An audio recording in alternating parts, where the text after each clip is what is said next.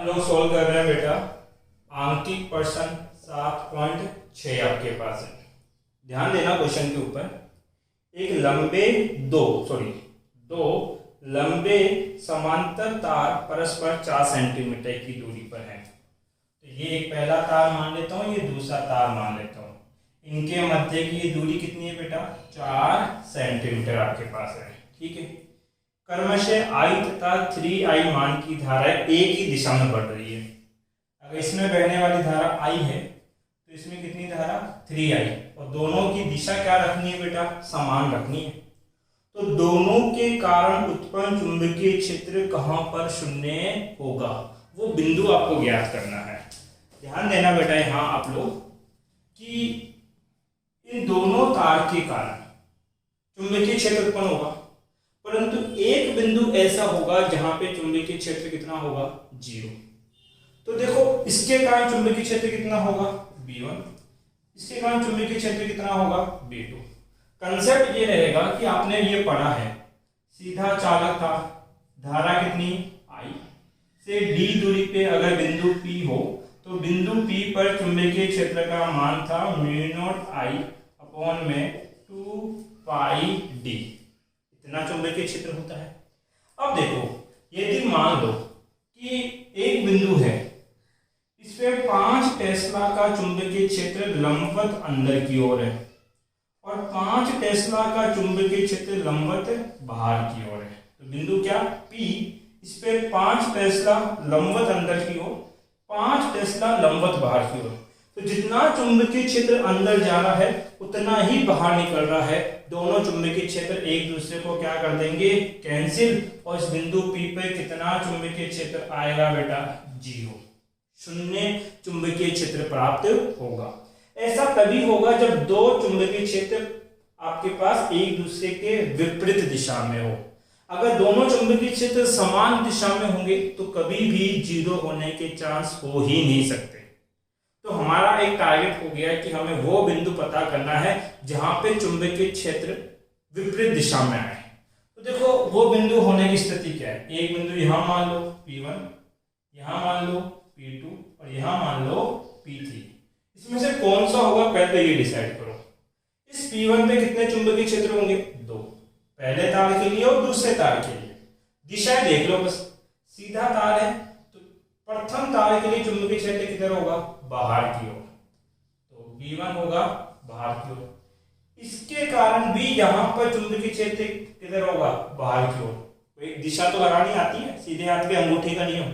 अंगूठा धारा की दिशा में, तो यहां तक उंगलियां कैसे पहुंचेगी? ऐसे बाहर पहुंचेगी। तो B2 भी कहां होगा? बाहर की ओर। चुंबकीय क्षेत्र समान दिशा में, तो ये तो वो बिंदु नहीं हो सकता। मतलब इधर वो बिंदु नहीं होगा जहां चुंबकीय क्षेत्र 0 हो। यहां सोच के देखो, इसके कारण चुंबकीय क्षेत्र किधर होगा? अंगूठा धारा की दिशा में, उंगलियां कहां जा रही है? अंदर। तो B2 होगा अंदर की ओर। इसके कारण भी उंगलियां यहां कहां जाएगी? अंदर की ओर, अंदर की ओर। तो दो चुंबकीय क्षेत्र होंगे B1 और B2, दोनों समान दिशा में होंगे तो एक दूसरे को निरस्त नहीं करेंगे, अर्थात ये बिंदु भी नहीं हो सकता।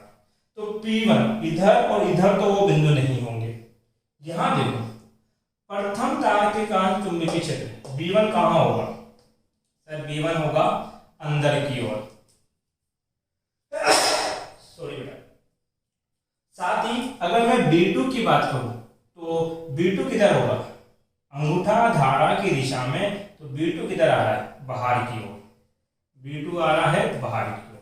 अर्थात P2 वह बिंदु हो सकता है क्योंकि यहाँ पे दो चुंबकीय क्षेत्र हैं और दोनों एक दूसरे के क्या है? विपरीत। इसलिए यहाँ पर चुंबकीय क्षेत्र 0 होने की संभावना है। यहाँ तो कोई पॉसिबिलिटी नहीं थी। अब क्या करते हैं, कैसे ज्ञात करेंगे? क्वेश्चन ये पूछना चाहता है कि ये दूरी कितनी हो कि चुंबकीय क्षेत्र क्या हो जाए? 0। तो जिसमें I धारा बह रही है उस तार से दूरी में कितनी मान लेता हूं? x। अभी इस x का मान ही निकालना है। अगर ये दूरी x है तो बताओ फिर ये दूरी कितनी है? टोटल कितनी है? 4 सेंटीमीटर। ये अगर x दूरी पर है तो ये कितनी दूरी पे होगा? ये होगा 4 - x। कंसेप्ट क्लियर हुआ होगा आई थिंक मेरे हिसाब से आपका।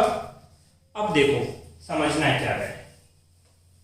आपको पता है कि यहां पर कितने चुंबकीय क्षेत्र होंगे? 2। वो परिमाण में समान होने चाहिए, तभी यहां क्या हो सकता है? 0। अर्थात V1 बराबर क्या होना चाहिए?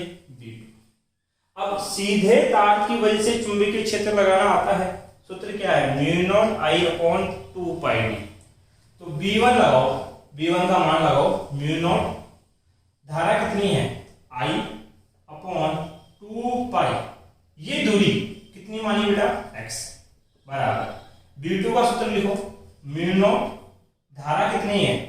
3I बट्टे में 2π। दूरी कितनी है बेटा? 4 - x। भाई 2 चुंबकीय क्षेत्र भी यहां उदाहरण दिया था ना मैंने, 5 टेस्ला और 5 टेस्ला, मान समान और दिशा विपरीत, तभी तो शून्य होगा आपके पास। तो ये दोनों मान बराबर हैं और दिशा यहाँ पे क्या है? विपरीत है। अब सॉल्व कर ले। μ0I से μ0I कट गया, 2π से 2π कट गया। अब ये इससे वर्ज गुणा करो तो क्या आएगा? 4 - x, और ये इधर गुणा करोगे तो कितना हो जाएगा? 3x। x को उधर भेज दो तो 4 बराबर हो जाएगा 3x + x। कितना हो गया बेटा? 4x बराबर 4। 4 से 4 काटा, x बराबर कितना? 1। 1 क्या? सेंटीमीटर। तो आंसर क्या हो गया?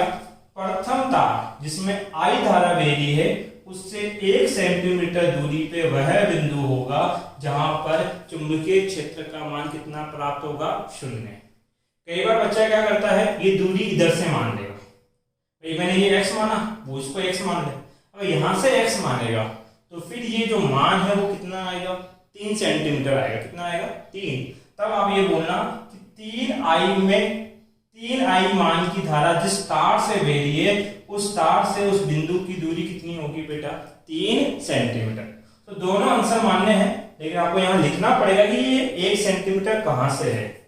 जिस तार में I एम्पियर धारा प्रवाहित हो रही है